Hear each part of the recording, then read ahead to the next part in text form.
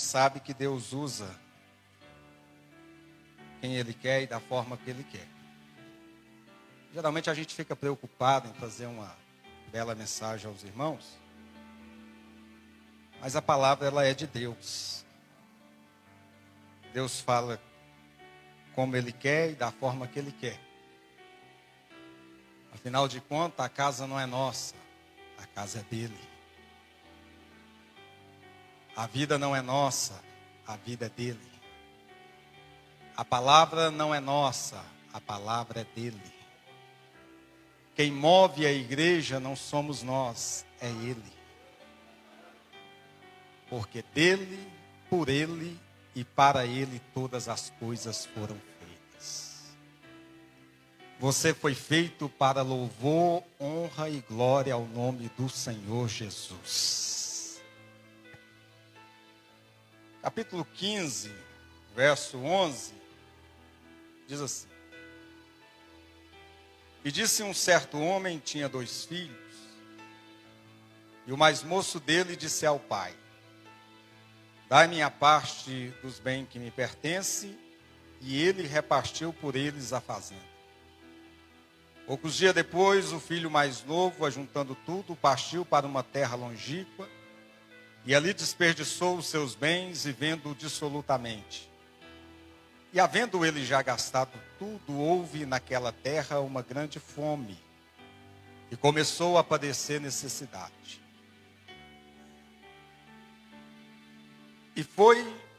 E chegou-se a um dos cidadãos daquela terra, o qual mandou para o campo apacentar porcos, e desejava saciar o seu estômago com as bolotas que os porcos comiam, porém ninguém lhe dava nada.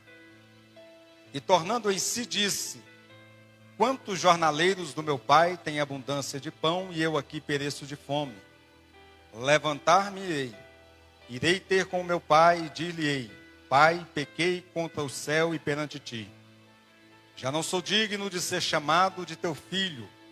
Faz-me conforme um dos teus jornaleiros. E levantou-se, foi para seu pai, quando ainda estava longe. Viu seu pai e se moveu-se de íntima compaixão. E correndo-se, lhe lançou ao pescoço e o beijou. E o filho disse: Pai, pequei contra o céu, perante ti, já não sou digno de ser chamado de teu filho.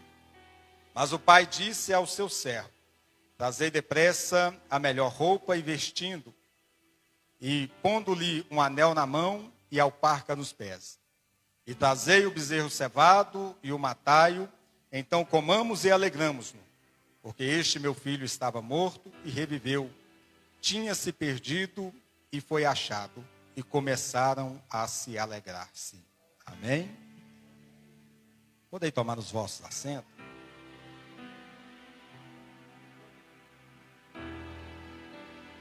Glória a Deus.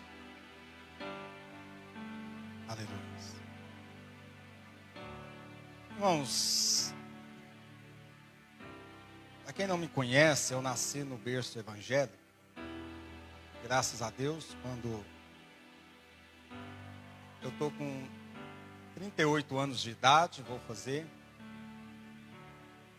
E eu venho de uma família de origem pobre, humilde. Mas eu tive esse privilégio de nascer num berço cristão. Meus pais já haviam aceitado a Cristo, mesmo antes de se casar. E até hoje eles ainda servem a Deus e nós também servimos a Deus. Como era de uma família muito pobre, com bastante dificuldade, eu sou o 3º filho, ou 4º filho, melhor dizendo, de 5. Tem 3 acima de mim e uma mais nova do que eu, que também já não é tão nova, que já passou aí dos 35. Mas eu me lembro que a gente tinha uma dificuldade muito grande. Meu pai, ele tinha um problema, me parece que era um problema de nervo, e não tratava aqui naquela época, não tinha recurso. Geralmente ele ia para Belo Horizonte fazer o tratamento dessa doença que ele tinha. E até que eu pequeno, a gente gostava quando ele ia para Belo Horizonte, porque geralmente quando ele ia para Belo Horizonte, quando ele voltava, que ele voltava na madrugada, ele trazia um pão sovado e uma maçã para cada um de nós. E aquilo não tinha alegria melhor para nós em casa, receber aquela maçã bonita, grande que meu pai trazia, e aquele pão sovado também que ele trazia. Então, quando ele saía, geralmente ficava ali uns 2, 3 dias em Belo Horizonte, nós não dava sossego, minha mãe perguntando que dia que o pai chega, porque nós queríamos comer a maçã e também comer o pão sovado, que era uma raridade para nós ali dentro, 5 filhos, só meu pai trabalhava e minha mãe cuidava de nós. Mas eu lembro que naquela época existia um costume, pastor. Nós éramos 5 filhos, eu o quarto, uma irmã mais nova. E minha mãe, ela sempre prezava pela educação nossa, para nós irmos para a escola. Embora ela não, uma analfabeta, semi-analfabeta, ela não sabia o que nós aprendíamos, mas ela incentivava pelo menos nós irmos à escola. E a minha mãe, ela sempre, quando nós íamos para a escola, ela queria que nós fôssemos com a barriguinha cheia. E não tinha condição de dar pão de queijo, essas coisas para nós de manhã. Então, geralmente, o que minha mãe fazia? Ela juntava algumas moedas, nós juntávamos algumas moedas, e ela me acordava na madrugada, porque eu tinha 3 irmãos mais velhos. Os 2 mais velhos geralmente tinham vergonha de levantar de madrugada, porque nós pegávamos aquelas moedas, uma saca de linho branco, e na madrugada, por volta de 3, 4 horas da manhã, ia na padaria com aquela moeda, com aquele saco de linha branca, batia na porta da padaria, onde era uma portinha, que o padeiro estava lá dentro, fazendo pão para de manhã, e dava a moeda para ele. E aquela moeda ele pegava, enchia, punha alguns pães dentro do saco e entregava para nós e levava para casa. Então, como meus irmãos não iam, que tinha mais vergonha, já estava adolescente, a minha irmã até que ia. Mas a minha mãe fala que ela tupicava demais e caía e machucava. Aí ela fala assim, ó, você tinha o olho ou tem o olho mais sonso, mas pelo menos você era mais espertinho e não caía. E eu me lembro de um dia estar sentado na sala de casa, brincando. Se eu era pequeno ainda, 7, 8 anos de idade. E eu lembro que meus irmãos estudavam de manhã e eu no período à tarde. E naquele dia, a minha mãe não teve o pão para colocar na nossa mão. E eu me lembro ela dentro do quarto fazendo uma oração a Deus. Pedindo a Deus para que provesse alguma moeda, para que ela colocasse na minha mão, para no outro dia cedo, eu buscar pão na padaria. E aquela oração dela falando com Deus, chorando para Deus, rogando a Deus o recurso, não saía da minha mente. Quando deu a hora de eu ir para a escola, eu me lembro como se fosse hoje, eu saí para ir para a escola. Um colega meu parou e falou assim, leva o meu trabalho para a escola. Eu perguntei, aonde você vai? Ele disse, eu vou matar a aula, que eu vou vender jornal, que eu preciso de dinheiro para me jogar. Na Lan House. E eu peguei e falei com ele, eu também preciso de uns tocados. Também vou sair, vou matar a aula e também vou vender jornal. Porque a minha intenção era, pega o dinheiro, traz o dinheiro e entrega para a minha mãe. E matei a aula. E vendi 3 jornais naquele dia. 75 centavos que eu ganhei. E eu me lembro de chegar em casa, quando eu cheguei em casa, falei, mãe, achei esse dinheiro. Porque não podia falar para ela que havia matado aula, senão ela ficava brava. Eu disse, achei esse dinheiro. Ela disse, mentira. Aonde você pegou esse dinheiro? Eu disse, achei. Ela disse, não achou. Estou indo lá na escola agora devolver. Da onde é o dinheiro? Eu não achei, mãe. E ela disse, te conheço, menino. Fala que seu pai está chegando. Meu pai era muito bravo. Meu pai falava, entra e nós entrava. Senta e nós senta. Se tem ideia, o pai olhava, nós já tremia. Não é igual nós hoje, não. Porque hoje os meninos judiam de nós, né, pastor? Mas ela disse assim, o seu pai está chegando. Eu disse, agora sujou, pensei. E contei a história para ela. Ela disse, hoje passa. Mas da próxima vez você nunca mais faz isso. E quando foi na madrugada, ela me acorda. Porque precisava buscar o pão.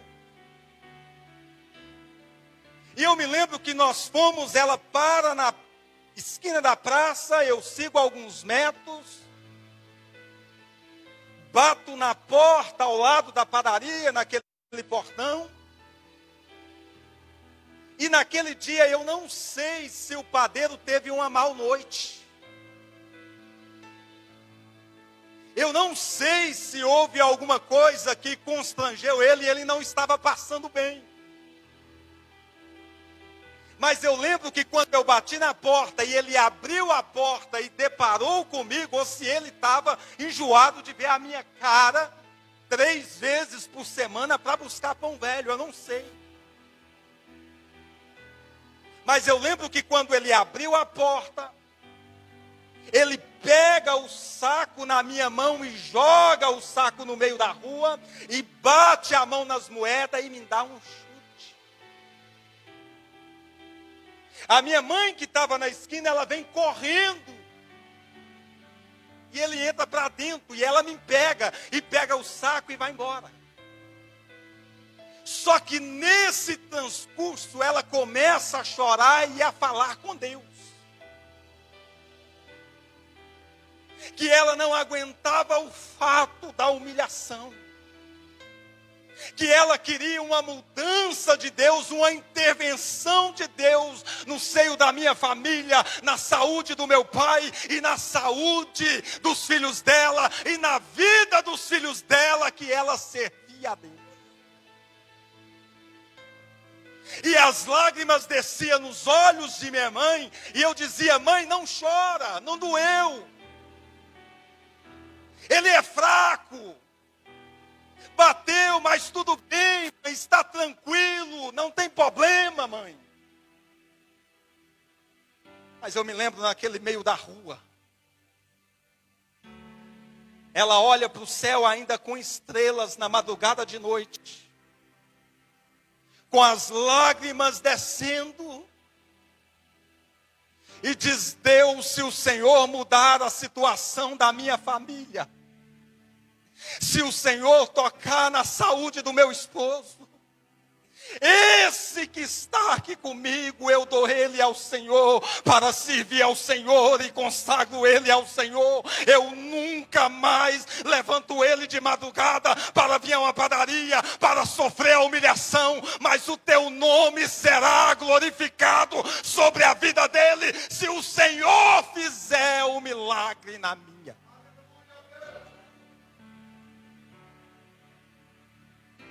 Deus pode mudar o quadro da sua vida.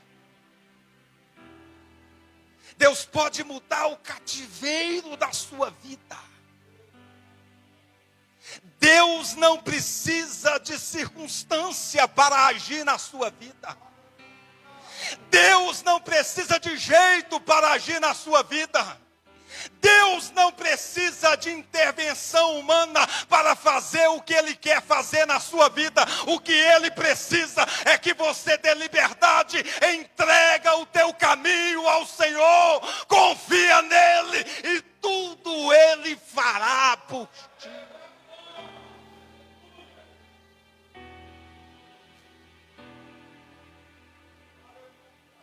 Sabe qual é o nosso problema da nossa geração?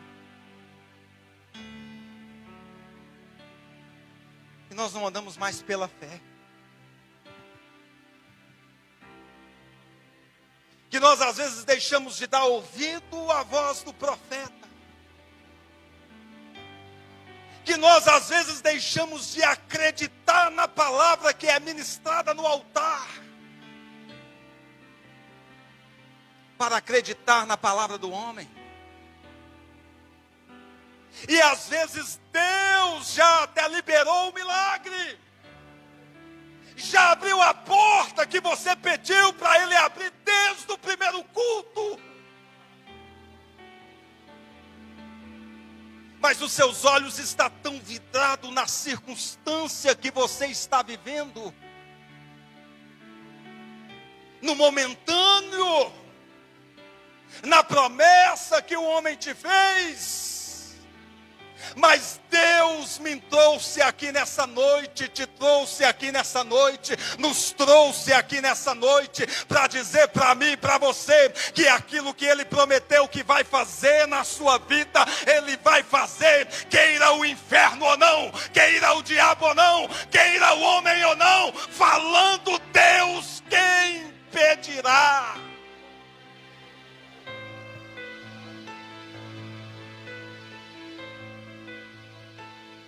Mas nós estamos como esse rapaz.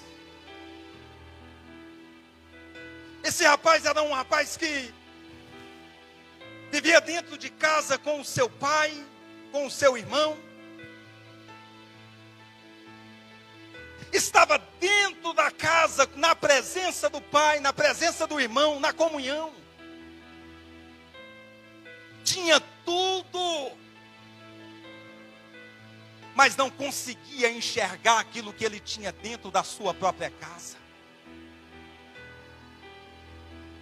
Porque aparentemente o seu corpo físico estava dentro de casa, mas a sua alma estava na vida lá fora.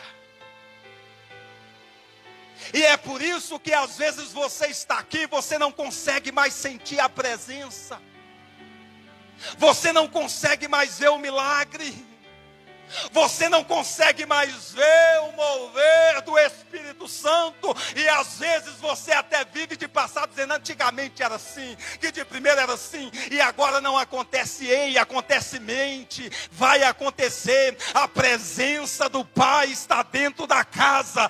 Deixa de pensar nas coisas lá fora e entra para dentro da presença do Pai, que Ele vai fazer na sua vida.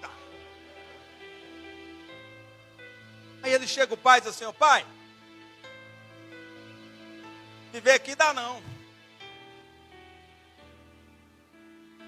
O senhor vende aí, me dá a parte que me pertence aí, que eu vou embora. Vou ficar aqui não. Me dá a herança que me pertence, pai. A Bíblia diz que o pai vende e reparte entre eles. Aí a Bíblia diz que quando ele pega a herança, ele vai embora. Agora eu pergunto para você nessa noite: quem é que tira ele para fora? O pai tira ele para fora? Ou é ele que sai da presença do pai? Deus nos deu o livre-arbítrio. Se eu disser que vou embora, Ele deixa eu ir embora. Na realidade, não é Deus que te abandonou. Deus nunca abandona, o pai nunca abandona o filho. É o filho que às vezes quer sair de diante da presença do pai. Mas Deus está nos dizendo nessa noite: não saia da minha presença. Hoje ainda nessa noite eu hei de fazer o milagre acontecer na sua vida, porque Ele é Deus de milagre, Deus de maravilha, Deus que cumpre com a sua palavra para cumprir. Ele vai embora. e gasta tudo que tem. Quando ele gasta tudo que ele tinha, que ele adquiriu dentro da casa de Deus, dentro da casa do Pai. Porque tem gente que quer somente a bênção de Deus, e Deus quer te abençoar e vai te abençoar. Mas só que quando você recebe a bênção de Deus e vai para o mundo desfrutar da bênção de Deus, aquilo que é bênção se torna em maldição e laço na sua vida. Porque a bênção só permanece na sua vida quando o Pai está guardando ela, te guardando e te protegendo. Às vezes nós achamos que o que Deus nos coloca, pastor Eli, é cerca, é muro, mas na realidade é proteção que Ele nos coloca. É por isso que Ele manda a sua palavra, é por isso que Ele manda às vezes exortação, edificação, consolação, dizendo: fica na minha presença, que na minha presença há abundância de alegria. Aí Ele pega e vai para o mundo lá fora. Você quer a bênção? Deus vai te abençoar aqui nessa noite. Deus vai cumprir o seu propósito de campanha que você tem feito, como já tem cumprido na vida de alguns. Mas Ele me trouxe aqui para lhe avisar, para lhe dizer: recebeu a bênção, não deixa de buscar a presença de Deus aqui dentro, porque a presença dEle vai te guardar e vai guardar a bênção na sua vida e será permanente. Aí Ele vai. Talvez eu esteja pregando para pessoas aqui nessa noite que já passou por isso, que já fez campanha, foi abençoado, mas hoje a bênção não está mais na mão dele, na mão dela. E diz assim: é passageiro. Mas não é, porque você saiu da presença de Deus. E é tão interessante que quando ele sai com a bênção de Deus, o mundo lá fora olha para ele e diz: você é o cara. Você tem dinheiro, você é nosso amigo, vem para cá, porque estava com a bênção. Mas a partir do momento que ele perde a bênção de Deus sobre a sua vida, as pessoas começam a ir embora e deixar ele sozinho. Porque o que o diabo quer é tirar aquilo que Deus te entregou. Pode ser que você nem receba, mas a coisa mais preciosa que Deus te deu na vida é a presença do Espírito Santo de Deus sobre a sua vida.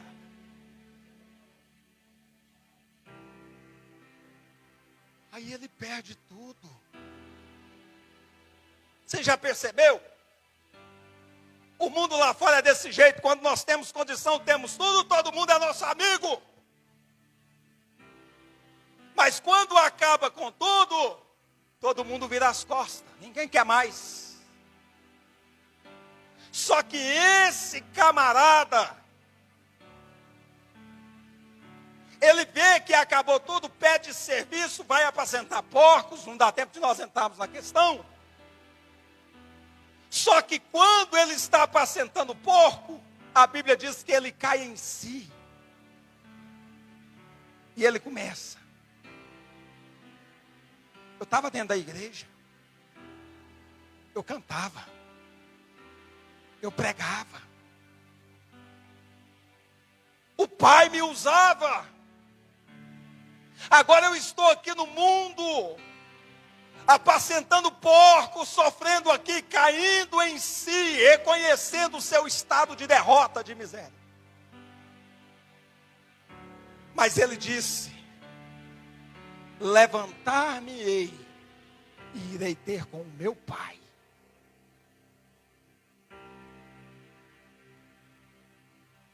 Interessante é que ele, antes de ir, ele senta e fica, levantar-me-ei. Aí ele começa a pensar assim, o mundo não me quer mais. Me rejeitou os amigos. Eu não tenho mais dinheiro, não tenho condição financeira. Ninguém mais me quer. O que eu vou falar para o meu pai? Ele ensaia o texto sentado e diz, levantar-me-ei, irei ter com meu pai, direi, pai, pequei contra o céu perante ti, não sou digno de ser chamado de teu filho, faz-me como um trabalhador aí, um jornaleiro, mas me aceita de volta. Por quê? Porque o mundo lá fora não queria ele. Para as pessoas lá fora ele estava fedendo. Não tinha mais recurso para oferecer para eles. Não tinha mais nada para dar para eles. Estava na míngua, miserável. Mas ele levanta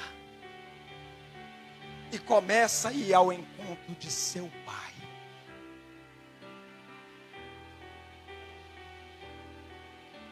Talvez todos estão dizendo para você, você não vai conseguir.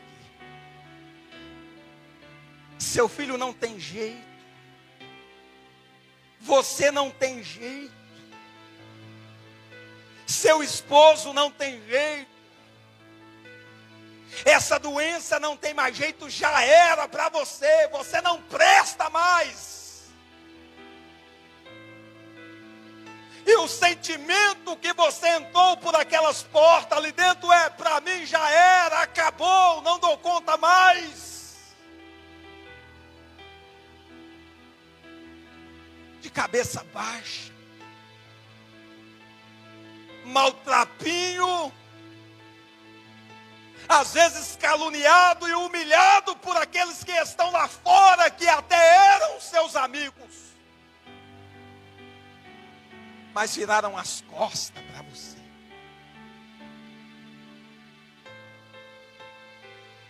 Mas hoje, você deu o primeiro passo de entrar por dentro dessas portas.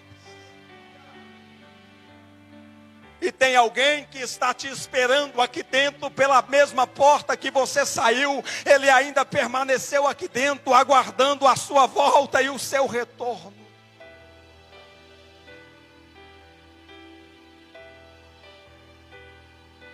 Essa situação desse moço, saiu de casa rico, com a bênção que ele havia adquirido, e agora volta para casa, sem nada. Vem cá, Lucas. Sem nada. Saiu de casa levando uma riqueza que havia adquirido,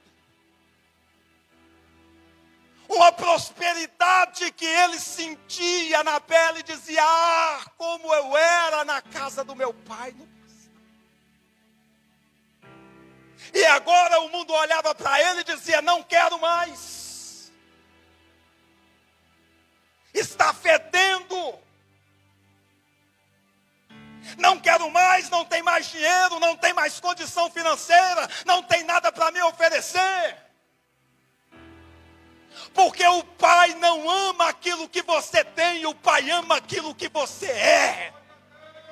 Deus não te quer pelo seu carro, nem pela sua casa, nem pela sua fama, nem pelo teu trabalho, nem pela sua voz, nem por aquilo que você sabe fazer ou deixou de fazer. Deus te quer por aquilo que você é, pela sua alma, o seu coração. Ele quer por aquilo que você é.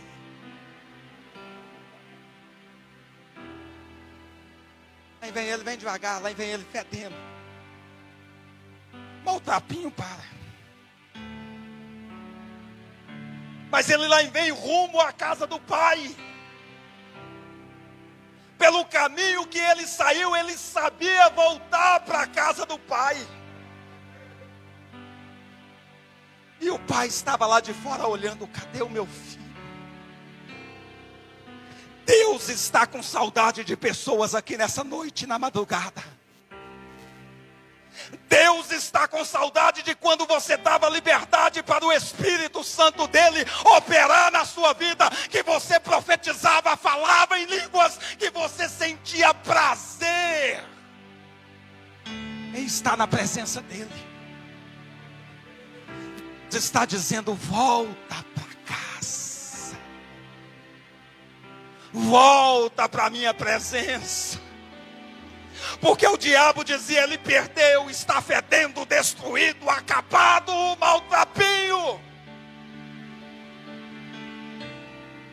deixado sozinho. Só que ele tinha um pai.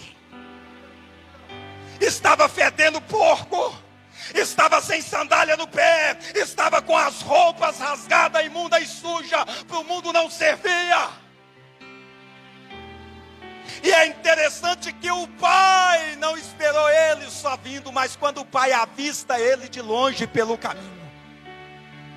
Se o mundo rejeitou, o pai abriu os braços e disse: vem que é meu filho. Xarabacanta, labagaço e decanta labagaço.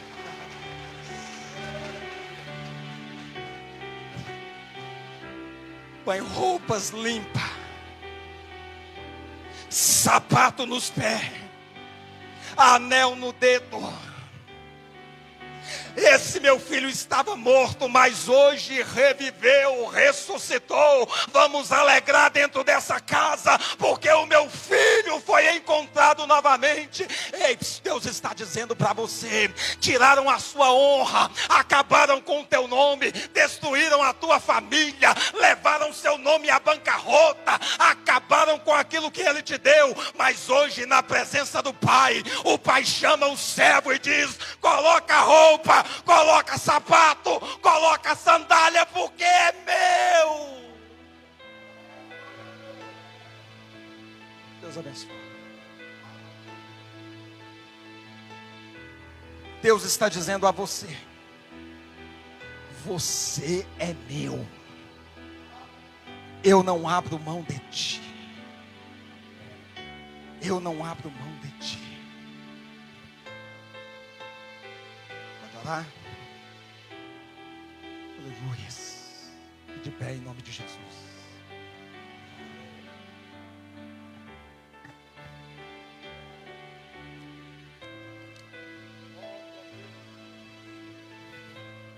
Aleluia. Deus não abre mão de você. Deus não abre mão da sua família. Deus não abre mão da sua saúde. Deus não abre mão daquilo que você é. O diabo pode até estar dizendo para você que acabou o seu ministério, acabou sua família, acabou seus negócios. Mas Deus está dizendo: tem festa hoje aqui. Aleluia. E a festa